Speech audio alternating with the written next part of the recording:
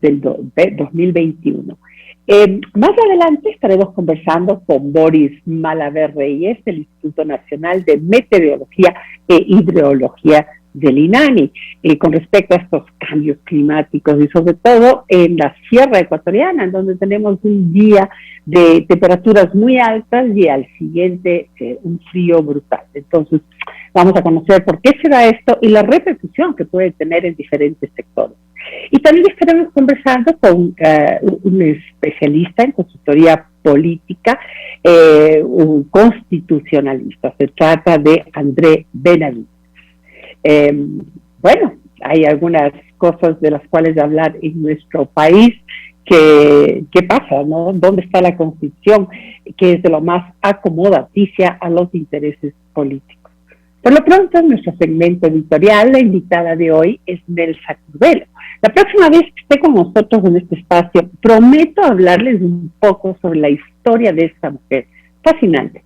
Hoy el tema es muy bueno, la manía de creernos superiores.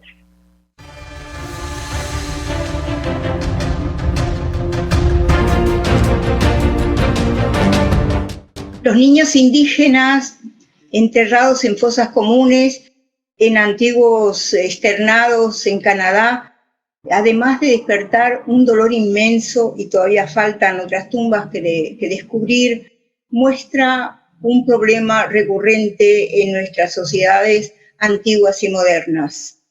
Nos creemos superiores a los demás, superiores por el color, por la raza, por la religión, por lo que sea que es diferente, y en función de querer que los demás sean como nosotros, somos capaces de lo peor.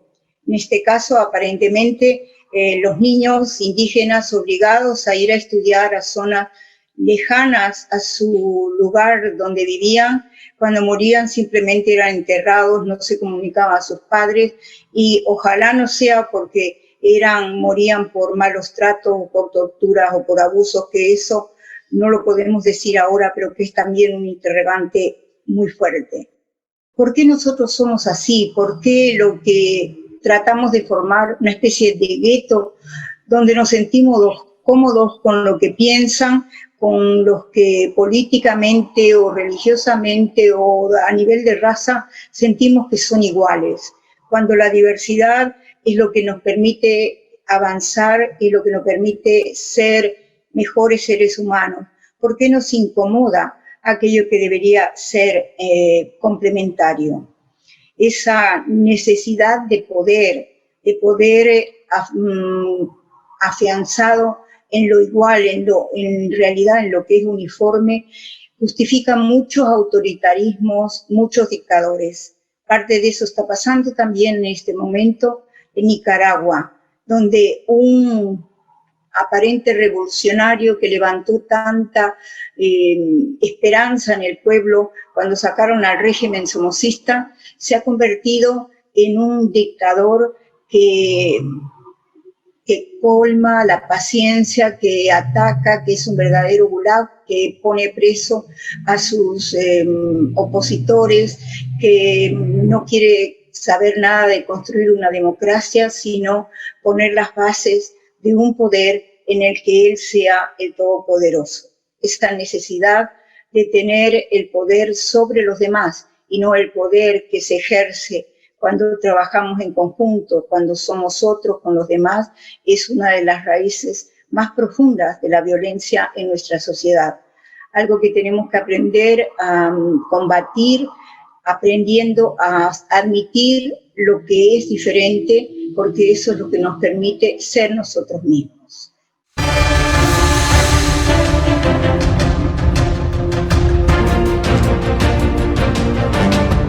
Hola amigos, les saluda Gisela Bayona y quiero invitarlos a que de lunes a viernes no se pierdan el mejor noticiero a mitad de la jornada. Ahora también por Max TV, de 13 a 14 horas, las principales noticias y las mejores entrevistas en vivo.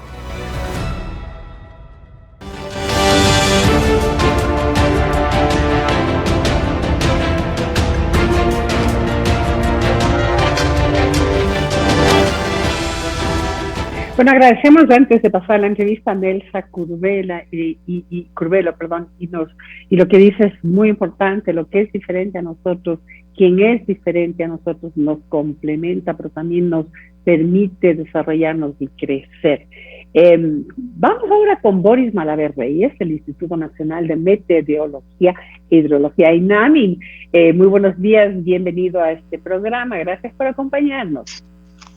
Muy buenos días, primeramente gracias por la invitación, estamos dispuestos igualmente para responder algunas inquietudes, las variantes totalmente en modo tiempo que se están suscitando en el territorio ecuatoriano. Sí, ¿qué está pasando? Cuéntenos, empecemos por la sierra, específicamente por Quito. El clima se muestra totalmente errático, cuando deberíamos supuestamente estar ya en un verano estable.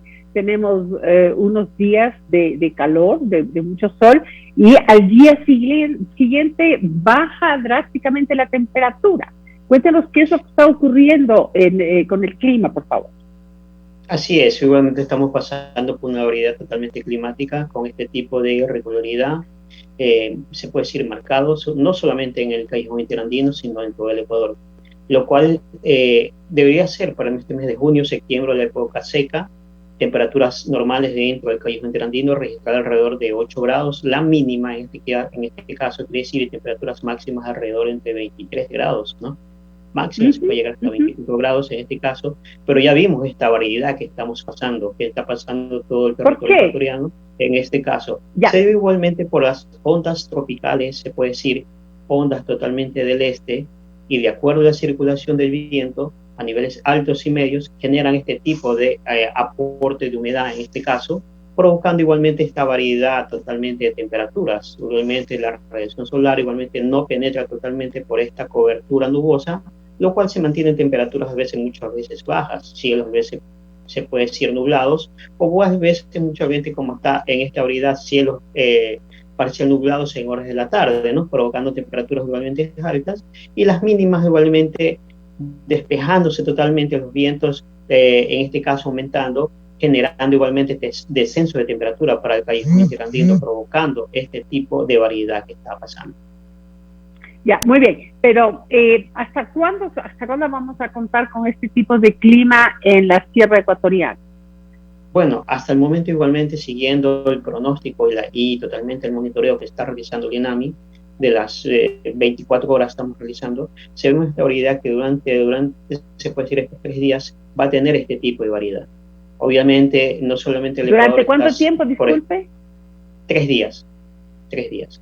Durante estos 3 días va a haber este tipo de variedad. Obviamente estamos pasando por este tipo de variedad, de muchas veces igualmente de precipitaciones tipo puntuales que sí se han registrado en este caso, ¿no? Igualmente bajas temperaturas sobre este tipo de variedad climática. Vuelvo y repito, este tipo de anomalías que se está presentando no solamente en Callejón Interandino, sino parte también de la Amazonía ecuatoriana y también correspondiente al litoral ecuatoriano. Ya, fijándome en una aplicación de clima, por ejemplo, en lo que tiene que ver con Quito, usted dice que serán unos 3 días más de esta situación, sin embargo, se observa la misma irregularidad, quizás un poquito más de sol, pero no va a pasar de lo que se ve en este pronóstico. Para los siguientes días no va a pasar de 21 grados, y en el mes de julio generalmente sí teníamos un poco más de calor, ¿no? Así es, por eso yo repito la variedad climática que se ve. No solamente el Ecuador, sino el tipo de ondas tropicales, yo repito, y además la variedad climática está siendo muy marcada, irregular totalmente, la época lluviosa totalmente, tanto para el litoral ecuatoriano, Callejón Interandina y también para la Amazonía ecuatoriana. Sí, entiendo, pero sí, usted dice que repite y que como que yo me estoy repitiendo en las preguntas, pero no acabo de tener una respuesta realmente que diga, bueno, ¿y por qué se está dando esto? Ok, del este vienen unos vientos distintos, etcétera, pero, entonces, ¿y qué está pasando en general en la costa, en Guayas? ¿Qué pasa con la Amazonía? Ya, comencemos entonces por el litoral ecuatoriano. Tanto el litoral ecuatoriano igualmente se sigue marcando por una irregularidad totalmente marcada. Imagínense, para época seca igualmente no debe llover para el litoral ecuatoriano ni llover. Igualmente, como dice, estamos también en época seca también, en comparación al callejón interandino que comienza en junio, septiembre, es época seca, nosotros ya deberíamos estar en este caso por el frío, en este caso por la corriente Humboldt modelado, lo cual ha estado atenuando temperaturas alrededor de mínimas, alrededor entre 21 y 22 grados, lo cual para esta época ya deberíamos estar registrando alrededor de temperaturas de 20 grados, lo cual esta variedad climática, yo repito, no solamente centralizado en el callejón interandino, sino realmente por todo el territorio ecuatoriano, y realmente las ondas tropicales que están influenciando, tanto ondas del este que le llamamos, están provocando este tipo de comportamiento. Además vemos otro tipo de anomalías totalmente, la corriente de Humboldt recién está mandando pulsaciones, comenzando a incrementarse, lo cual está modelando el litoral ecuatoriano. Eso es lo que está pasando, igualmente corresponde se puede decir al litoral ecuatoriano, mientras la región amazónica siguen presentándose precipitaciones, deberían ser igualmente esporádicamente, pero esta vez vemos precipitaciones muy fuertes y muy marcadas, lo cualmente han provocando este tipo de se puede decir, movimientos de masa o de desvío de cauces de ríos, provocando igualmente tipos de inundaciones en ciertas áreas. Pues lo repito, estamos pasando por una variedad climática muy marcada. ¿A qué se debe esta variedad climática? Igualmente, muchos hablan de calentamiento global, igualmente pasando, provocando este tipo de variedad. Así es, estamos pasando por este tipo de variedad climática que está haciendo no solamente el Ecuador, es de manera ni tanto Europa, que está marcado totalmente por temperaturas muy altas.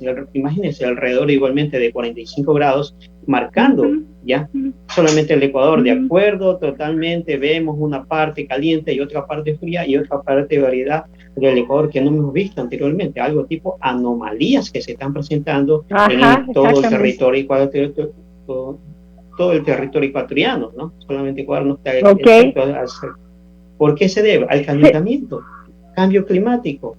Ya se ven los efectos, causas, efectos que se generan totalmente, afectando no solamente a todo, afectando a todo el planeta.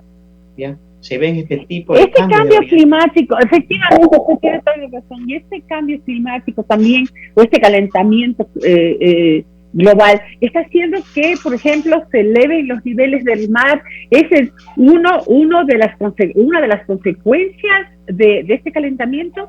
Hay otras que nos irán a afectar a futuro. Así es, obviamente vemos igualmente el aumento del nivel del mar, temperaturas totalmente que se ven igualmente influenciadas también. Vuelvo, repito, la corriente Humboldt ya debería estar afectando totalmente el perfil costero, totalmente generando esta disminución de temperaturas, pero ya vemos las temperaturas que llevan hasta 22 grados centígrados, la mínima. Pero entonces sí están subiendo los niveles totalmente nos genera al planeta. ¿Qué afectación tiene eso en el planeta? Totalmente la variedad que ya estamos pasando, precipitaciones que no se deben registrar, temperaturas muy bajas totalmente que no deben ser totalmente registradas, en este caso precipitaciones tipo extremas que llamamos en este caso, ¿no? Precipitaciones que de una hora ocurren alrededor siquiera de 50 milímetros, provocando igualmente algún tipo de daño, en este caso desviada del caudal o infraestructuras que puede estar provocando. Totalmente estamos... ¿Se prevé algún fenómeno extraordinario como el del niño o el de la niña que hemos tenido anteriormente, o algún otro fenómeno irregular a futuro próximo? Bueno, tanto las reuniones ERFEN, Comité Regional de Estudio de Fenómenos del Niño, que se reúne tanto el INAMI, INOCAR, el aeropuerto, el SPOL y otras instituciones, ¿no? Instituto de Pesca también, se sigue monitoreando acerca de fenómenos climáticos, de fenómenos ENOS, que le llamamos en este caso tanto niño y niño, que puede provocar. Hasta el momento siguen condiciones neutrales para generar este tipo de fenómenos de niño. Hay que ver también que no solamente se registra o se monitorea el niño 1+2, que es frente a nuestras costas, ¿no? Que está en medio entre Galápagos y el territorio del litoral ecuatoriano, también se monitorea el niño 3-4, que está en Pacífico Central, lo cual se sigue monitoreando, que podría estar repercutiendo o podría repercutir al niño 1+2. Totalmente, de este al momento, en condiciones neutrales se mantiene para un fenómeno del niño. Okay. Según una investigación llevada a cabo, ¿no?, por institutos, el Instituto Potsdam para investigación del impacto climático de la Universidad de Columbia, los científicos relacionan cambios, estos cambios climáticos muy marcados también con datos económicos, o sea que sí hay una afectación en la economía mundial con estos cambios tan marcados.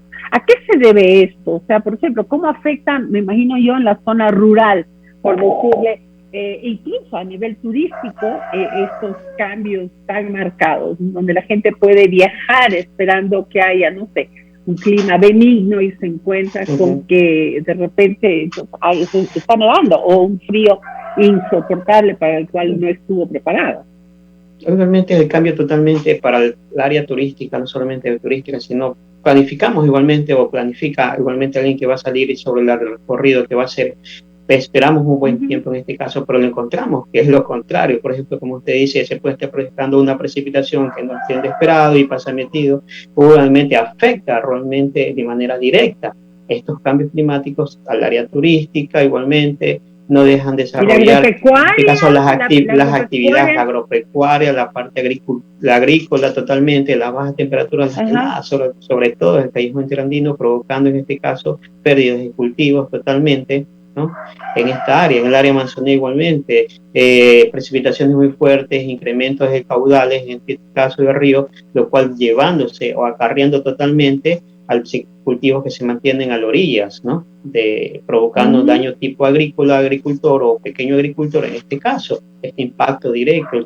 En el litoral ecuatoriano igualmente, vemos también la variedad climática, a veces también que se presentan precipitaciones, a veces, y igualmente en este caso de manera puntual. Y el frío totalmente muy variado, totalmente, que se esperaba, por ejemplo, el litoral ecuatoriano, el turismo que es de la época de las ballenas jorobadas, igualmente que se esperan que vengan, ¿no? Igualmente recién están comenzando totalmente a sentir ellos también. Tiene razón. Y poco a poco ya deberían estar, por ejemplo, lo que es Manta, Puerto López, en este caso, pero igualmente no lo vemos, igualmente recién están comenzando porque la variedad totalmente climática ha afectado lo que es temperatura superficial del mar, lo cual está provocando este tipo de comportamiento también, no solamente en este tipo de especies. Tiene toda la razón. Cuéntenos, ¿por qué es tan difícil pronosticar el clima en la región interandina? Bueno, no solamente la región interandina, sino el territorio ecuatoriano, porque este es complicado y muy complejo ya. Es totalmente muy complejo por su ubicación. Estamos ubicados en latitud cero, en áreas tropicales, y en una franja totalmente tropical, y que genera igualmente, estamos influenciados por los 4 puntos cardinales, que puede estar influenciando una variedad o un impacto directo, en este caso, o modelando totalmente nuestro tiempo. En este caso vemos fenómenos oceanos, niño, niña, en el Pacífico, la parte norte, vemos la zona de convergencia tropical, que de acuerdo a circulación generan precipitaciones que llegan muchas veces, llegan generalmente al territorio litoral ecuatoriano, de la parte, se puede decir, totalmente, vemos igualmente lo que es Amazonía ecuatoriana, de acuerdo a los pulmones que tenemos en Sudamérica, cómo se generan y poder provocar. Y está llegado también otro fenómeno también de la parte norte, aparte de la zona de convergencia tropical, se generan también los vientos de Panamá, los vientos alisios de Panamá, que generan precipitaciones también muy fuertes cuando van directamente, cae sobre todo el Ecuador. Y la parte sur también vemos igualmente que las circulaciones de sistemas de baja presión que provocan precipitaciones para el área de Perú, igualmente llegan estas ondas totalmente hacia nosotros, provocando precipitaciones muy fuertes también para la parte sur. Claro, y estos cambios, claro, en el mismo día, lo de la sierra, por ejemplo, y Quito específicamente, esta cuestión de que uno tiene las 4 estaciones en un día, y es imposible de predecir por dónde va a tirar. Usted ha visto, por ejemplo, que parece que el Ecuador es el único país del mundo, diera esa impresión, que los noticieros no tienen el segmento del clima. Los países totalmente es muy rico y diverso con sus pisos climáticos, sobre todo cuando viajamos a la sierra, sobre todo un clima bien calientito en Santo Domingo, Quevedo, ya va subiendo, ya va cambiando el clima, en este caso el tiempo, ya vemos un poquito más de frío, es totalmente muy diverso y muy rico sobre todo. Claro, en el mismo día, y es imposible. Yo recuerdo en otros países que uno llama a la institución encargada del clima, ¿verdad? En la mañana, no sé, en Europa, en Estados Unidos, y uno tiene un informe, pero minucioso y por minutos prácticamente, de cómo va a ser el clima en ese día. Aquí es imposible predecir. Claro, por ejemplo, no sabe la comparación, por ejemplo, lo que está pasando en Europa, igualmente con las temperaturas altas, ellos ven totalmente un sistema de buen tiempo. En este cambio, despeja totalmente de nubes, la radiación cae directa sobre ellos. En este caso, son sistemas muy grandes que son fáciles de monitorear, en este caso, ¿no? Del impacto que va a tener. En cambio, Ecuador, un día hace, por ejemplo, frío, en este caso, el callejón interandino, temperaturas llegan a llegar hasta 2 grados, en este caso, y al día siguiente las temperaturas mínimas se disparan igualmente, que no llegan a 2 grados, pueden llegar hasta 8 grados, en este caso. Igualmente, la variedad climática regular. Diversa, son muy pequeños, igualmente, son tantos, ellos ven a mesoescala, esto quiere decir, a lo grande, los fenómenos atmosféricos le afectan a ellos. A nosotros nos afectan los sistemas de microescalas, ya a microescala, y son un poquito muy complejos de seguir monitoreando en este caso, muy bien. de acuerdo al radar meteorológico que tenemos. Igualmente en Quito hay uno, en la parte sur, parte de Cuenca, Loja también hay otro, lo cualmente con eso nos ayuda bastante a monitoreo, y generar, vuelvo y repito, boletines tanto de avisos, tanto de temperaturas altas o precipitaciones de eventos adversos que se puedan estar provocando. Agradecemos mucho su presencia, agradecemos al señor Boris Malaver Reyes del INAMI por habernos acompañado esta mañana. Mientras tanto, nosotros vamos a estar encantados. Vamos a hacer una pausa comercial y regresamos con el constitucionalista André Benavides.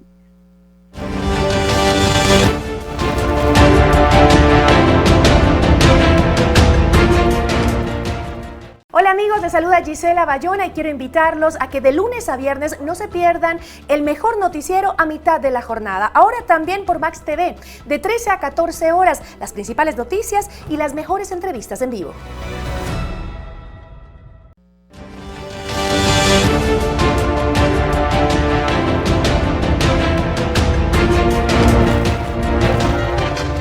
Bien, ya estamos de regreso cuando son las 7:23. Y estamos conectados vía Zoom con el doctor André Benavides, especialista superior y magíster en Derecho Constitucional por la Universidad Andina Simón Bolívar y especialista en consultoría política y gestión de gobierno por la Universidad Camilo José Cela de Madrid. Gracias por acompañarnos, doctor, en esta mañana. No podemos dejar de mencionar y conocer sus criterios sobre este caso, el Big Money, y sus consecuencias para quienes invirtieron su dinero con Don Nasa. ¿Qué nos puede comentar al respecto? Perfecto. Muchas gracias por la invitación. Un cordial saludo a todos. Encantado. Realmente es llamativo, deplorable lo que está ocurriendo en el país, principalmente en la ciudad de Quevedo. Vemos que se ha creado una estructura piramidal en la cual se está captando dinero de los ecuatorianos, de los quevedeños, y que eventualmente esa persona que está encargada de este tema, señor Nazareno, y su empresa Big Money, eventualmente, presuntamente, está cometiendo varios delitos, desde una captación ilegal de dinero hasta un presunto lavado de activos. En ese sentido, yo espero que la Superintendencia de Bancos, la Fiscalía General del Estado, ya tome cartas en el asunto, prosiga con las investigaciones correspondientes y que garantice, por supuesto, el patrimonio de todos los ecuatorianos. Vemos que la situación de la pandemia, la situación económica del país, esa desesperación por tener algo de dinero en el bolsillo ha llevado a los ecuatorianos, a los quevedeños, a hacer este tipo de prácticas que están reñidas con la ley y que eventualmente al final del día van a ser perjudicados porque se lo hace a través de instrumentos que no están regulados, que no están creados por el ordenamiento jurídico y que eventualmente eso va a afectar finalmente a su patrimonio, a sus bolsillos. O sea, quiere decir que las personas que invirtieron su dinero en esta empresa la perdieron. O sea, si es que no recuperaron hasta ahora, simplemente la perdieron y no tienen ninguna instancia en donde puedan reclamar ese dinero. Lo que podría pasar es que judicialicen el tema en contra del señor Nazareno y sus acólitos y que eventualmente cuando ya se haya cumplido una sentencia, ya se haya dictado una sentencia, se pida dentro de las medidas de reparación integral la restitución de ese dinero. Pero yo creo que eso va a ser harto complejo y justamente va a pasar en similares condiciones o circunstancias como fue ya en el caso Cabrera, que los ciudadanos que habían invertido finalmente no recuperaron ese dinero invertido entre comillas, ¿no? Y recordará usted que entre las personas que habían invertido, entre comillas, este dinero, no solamente estaba gente necesitada o gente que tal vez debido a su ignorancia acudió a este tipo de inversión, sino que había gente también, o sea, muy ilustrada. Entonces, a veces la ambición pues rompe el saco, ¿no? En estos casos. La Superintendencia de Bancos aparentemente habría ya emitido una alerta acerca de 113 empresas sospechosas, ¿no? Que podrían estar en esta misma situación. ¿Qué ocurre con algo como esto? O sea, da la alerta ¿y qué pasa? ¿Cuál sería el seguimiento normal para dar a estos sitios y controlar y cerrar a tiempo?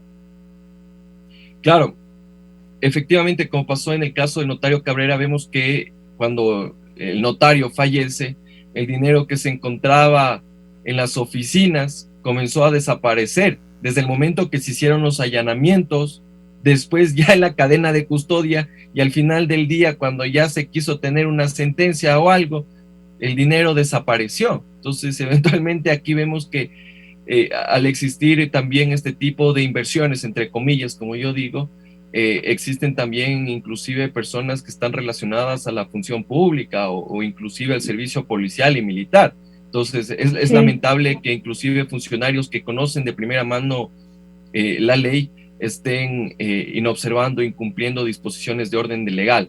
Ahora, respecto a su pregunta, es importante señalar que se deben activar los mecanismos tanto administrativos como jurisdiccionales.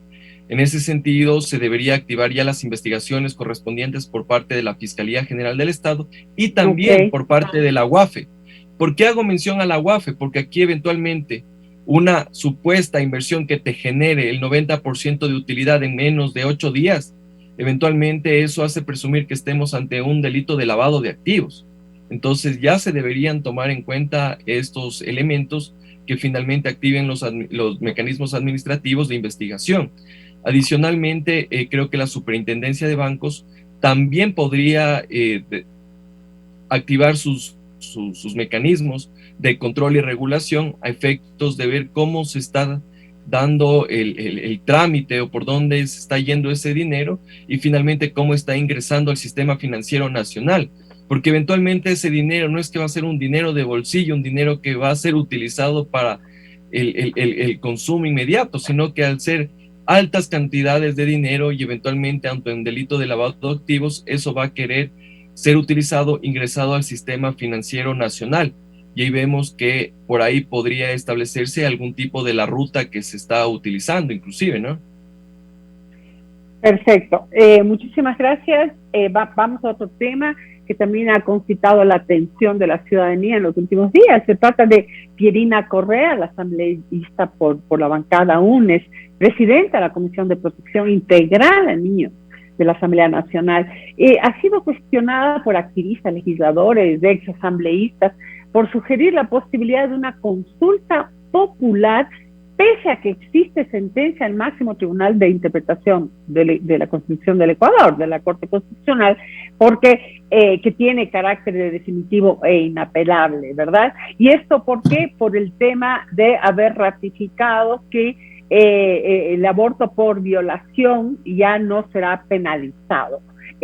Aquí, ¿cómo ve usted esta cuestión? Porque se dice que ella desconoce la Constitución o sencillamente está pasándose por el forro la Constitución, o lo que está haciendo no tiene ninguna, ninguna confrontación con la Constitución. A ver, respecto de estos comentarios deberíamos hacer 3 consideraciones. La primera, los derechos no se consultan a través de consulta popular. Los derechos no se regulan a través de consulta popular. porque si fuera por consulta popular, créame que mañana consultamos a los ciudadanos sobre la posibilidad de la pena de muerte y vamos a ver que van a estar de acuerdo. Entonces, y desconociendo todo el marco normativo, todas las... A ver, perdón, doctor, ¿no se puede consultar o no se debe consultar? No se puede, porque si usted no mañana... se puede, ok. A menos que sea un tema para mejorar los derechos. Usted va a limitar derechos, va a restringir derechos, eso no se puede. Y la Corte Constitucional ya ha sido clara y enfática en ese sentido. Así también la Corte Interamericana de Derechos Humanos. Si mañana usted establece en la consulta popular la pena de muerte, la castración química o cualquier tipo de sanción que sea contraria a la Constitución y a los estándares del sistema interamericano, la Corte Constitucional no le va a dar paso porque existe un control previo de constitucionalidad antes de que exista la consulta popular como tal. En ese sentido, vemos que esta posibilidad está totalmente proscrita. Eso es el primer comentario. Vamos con el segundo comentario. Okay. La Corte Constitucional en abril de este año dictó una sentencia en la cual se despenalizó el aborto en casos de violación.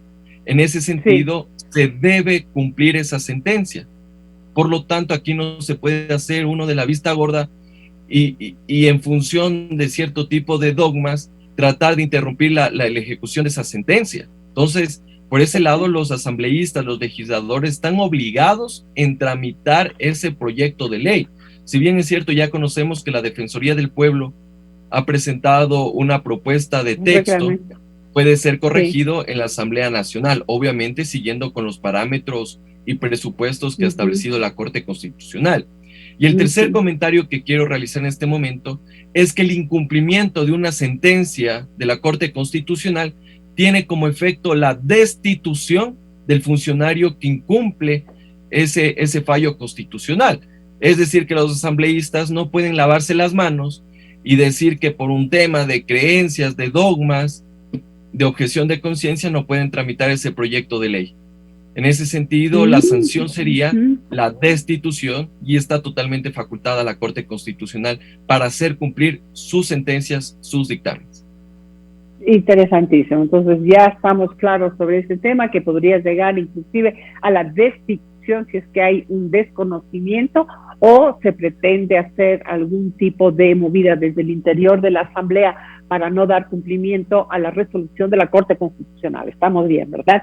En otro tema, la presidenta de la Asamblea ha dicho que al CPS, digamos, al Consejo de Participación Ciudadana y Control Social, le corresponde arreglar este entuerto de la Contraloría, ¿verdad? Una vez que el Contralor Subrogante, Pablo Celi, nombró un nuevo Contralor Subrogante, y entonces se encuentra cumpliendo una prisión preventiva. ¿Hay basamento legal para que aquí actúe el Consejo, como lo solicita la presidenta Yori? Lastimosamente parece que la presidenta Yori no ha leído la Constitución o la ley, o sus asesores le están dando sugerencias que en realidad rayan en la inconstitucional y en lo ilegal. Porque si uno revisa estos textos, vemos que el Consejo de Participación Ciudadana no tiene competencia para nombrar funcionarios encargados como ella sugiere. Si bien es cierto, ahorita la Contraloría General del Estado se encuentra en acefalía, en una grave crisis institucional, eso no le da patente de corso para inobservar la Constitución y la ley y nombrar funcionarios encargados a dedo. El procedimiento que establece nuestra Constitución es el de concurso de méritos y oposición. Si quieren nombrar a la primera autoridad de la Contraloría General del Estado, se debe llamar a un concurso público. Ok. En ese sentido, pero, no doctor, se puede hacer este tipo de recomendaciones o sugerencias. Ok. Alguien hablaba de hacerle una consulta al procurador, porque existe evidentemente un vacío legal. ¿Qué hacer en este caso? Queda hacer para la Contraloría hasta acceder al concurso, el cual, como usted bien sabe, toma muchísimos meses. Ya renunció a la Contraloría la que fue Contralora Subrogante, que era la subcontralora. ¿Qué hacer en este caso? ¿Puede darnos una dirección el procurador? A ver, lastimosamente el procurador también es parte de este blindaje institucional. En mayo de este año, el procurador, ¿qué nos dijo? Que en caso de ausencia definitiva del Contralor General del Estado, Quien debe asumir el cargo es el subcontralor hasta que se cumpla el periodo del titular, es decir, hasta que se cumpla el periodo de Carlos Pollitt, es decir, hasta el año 2022. En ese sentido, vemos que la persona que en gallos y medianoche se nombró el viernes pasado, el señor Riofrío, sería la persona encargada de asumir la Contraloría General del Estado. Entonces vemos que desde la Procuraduría General del Estado también se ha allanado el camino para que esta crisis institucional se agrave. Ahora, ¿cuáles son las soluciones jurídicas? Va a preguntar la ciudadanía. Porque si bien es cierto, la Asamblea Nacional puede activar un juicio político y destituir al funcionario, el señor Riofrío va a ser el que va a asumir el cargo. En ese sentido, la única solución jurídica que yo al menos avisoro es que debe existir la ausencia definitiva y concurrente del contralor y del subcontralor. En ese momento ya se puede llamar a concurso de méritos de oposición, obviamente con una consulta a la Procuraduría General del Estado que dé luz verde y el Consejo de Participación Ciudadana haga la convocatoria correspondiente. Pero de todas formas, quien quedaría a cargo de la Contraloría sería la persona designada por Pablo Celi desde su prisión preventiva. Eso tiene que continuar ahí, porque alguien tiene que asumir la cabeza de la institución. Así es. Ahora, el tema aquí que hay que ponerlo bastante en tela de duda es cómo se dio esta designación del señor Riofrío, tomando en cuenta que el contralor Pablo Celi se encuentra en una licencia y aparte está privado de su libertad. Si bien es cierto, él sigue siendo el Contralor General del Estado, eso no significa que pueda ejercer de manera absoluta todas sus funciones. En ese sentido, se encuentran suspendidas sus funciones de carácter administrativo, como la designación de una autoridad, en este caso del subcontralor.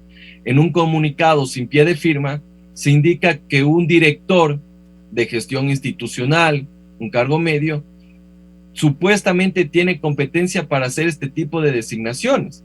Sin embargo, el artículo 33 de la Ley de la Contraloría General del Estado establece de manera expresa y clara que esa es una función privativa y excluyente del Contralor General del Estado. Por lo tanto, ningún funcionario de la Contraloría podría asumir esas funciones y prácticamente esa designación podría tener vicios de nulidad. Vamos a otro tema, aunque me encantaría profundizar más todos estos, pero el tiempo premia. Sobre el caso de Jorge Yunda, la jueza María Belén Domínguez se pronunció sobre la acción de protección solicitada por el alcalde, ¿no? Decidió aceptar parcialmente el recurso presentado por la defensa de Yunda. Argumentó que no se cumplió con el debido proceso en lo relacionado a la garantía de la imparcialidad. ¿Cómo ve usted este fallo que ha sido realmente muy criticado por la ciudadanía, pero tal vez esté actuando en derecho y esté correcto este fallo? No lo sé. ¿Cómo lo interpreta usted? A mí me parece que la sentencia que la ha dictado la jueza Domínguez de manera oral en audiencia es una aberración jurídica. Y es una aberración jurídica porque desconoce la naturaleza y el alcance de lo que es un proceso de control político. La jueza Domínguez confunde lo que es un juicio en instancias jurisdiccionales en las cuales, por ejemplo, se discute la libertad de un ciudadano porque ha cometido un delito, se discute sobre el patrimonio de una persona en un conflicto entre empresas, entre un particular, frente a un juicio político que tiene una naturaleza eminentemente política. Y ella nos dice que en este tipo de procesos de control político debe existir un juez imparcial. Discúlpeme, eso claramente significa abrir un precedente nefasto para que mañana o pasado cualquier autoridad de un gobierno autónomo descentralizado presente una acción de protección porque un concejal determinado comentó algo contrario a la persona que va a ser removida del cargo. Y no solo eso, sino que mañana, con este mismo pretexto, en la Asamblea Nacional, cuando se esté enjuiciando políticamente a un ministro, a un contralor, a un defensor del pueblo, tranquilamente va a presentar una acción de protección y va a solicitar un juez imparcial. Claro, porque ya la Comisión de Fiscalización, en este caso, ha emitido un comentario, una sugerencia de proseguir con el juicio político en el Pleno. Entonces vemos que la jueza Domínguez desconoce cánones mínimos de derecho constitucional que tienen que ver con el ¿qué hacemos entonces? ¿Se puede pedir la reconsideración de esta sentencia? ¿Qué corresponde aquí? En ese sentido, vemos que las personas accionadas, en este caso los 4 o 5 concejales, han apelado la sentencia de la jueza Domínguez. En ese contexto, esta sentencia debe ser conocida por la Corte Provincial de Pichincha. Y en la Corte Provincial de Pichincha pueden suceder 2 cuestiones. La primera, que se ratifique la sentencia de la jueza Domínguez, o en efecto se dé paso a la apelación y se determine que es improcedente, se niegue esta acción de protección. Pero hay que tomar un aspecto adicional, que el órgano encargado para sustanciar impugnaciones respecto a procesos de remoción en los gobiernos autónomos descentralizados es el Tribunal Contencioso Electoral. Tribunal Contencioso Electoral que en las próximas 2 horas ya va a sesionar y va a tomar una decisión. En ese sentido, yo he advertido que la acción de protección no es el mecanismo que debía ser utilizado por el alcalde Yunda. Eso está proscrito por el artículo 40, numeral 3 de la Ley de Garantías Jurisdiccionales. Por lo tanto, la jueza Domínguez debía haber rechazado esa acción de protección por improcedente y dejarle hacer su trabajo al Tribunal Contencioso Electoral, que sí tiene competencia para el efecto. En ese sentido, me parece que la sentencia de la jueza Domínguez debe ser rechazada en la Corte Provincial y por lo tanto ya ver una sentencia respecto del órgano competente que es el Tribunal Contencioso Electoral. Doctor Benavides, muchísimas gracias por su claridad y por darnos estas explicaciones tan concisas. Esperamos poder conversar con usted en una próxima ocasión sobre tantos temas que se dan en el país y sobre todo esta violación permanente de la Constitución. No sabemos si por ignorancia o simplemente por intereses fácticos o de grupos o incluso individuales. Muy amable, un gusto haberlo tenido con nosotros. Muchas gracias por la invitación. Encantada. Por nuestra parte, vamos a seguir ahora con nuestra compañera Gabriela Jurado.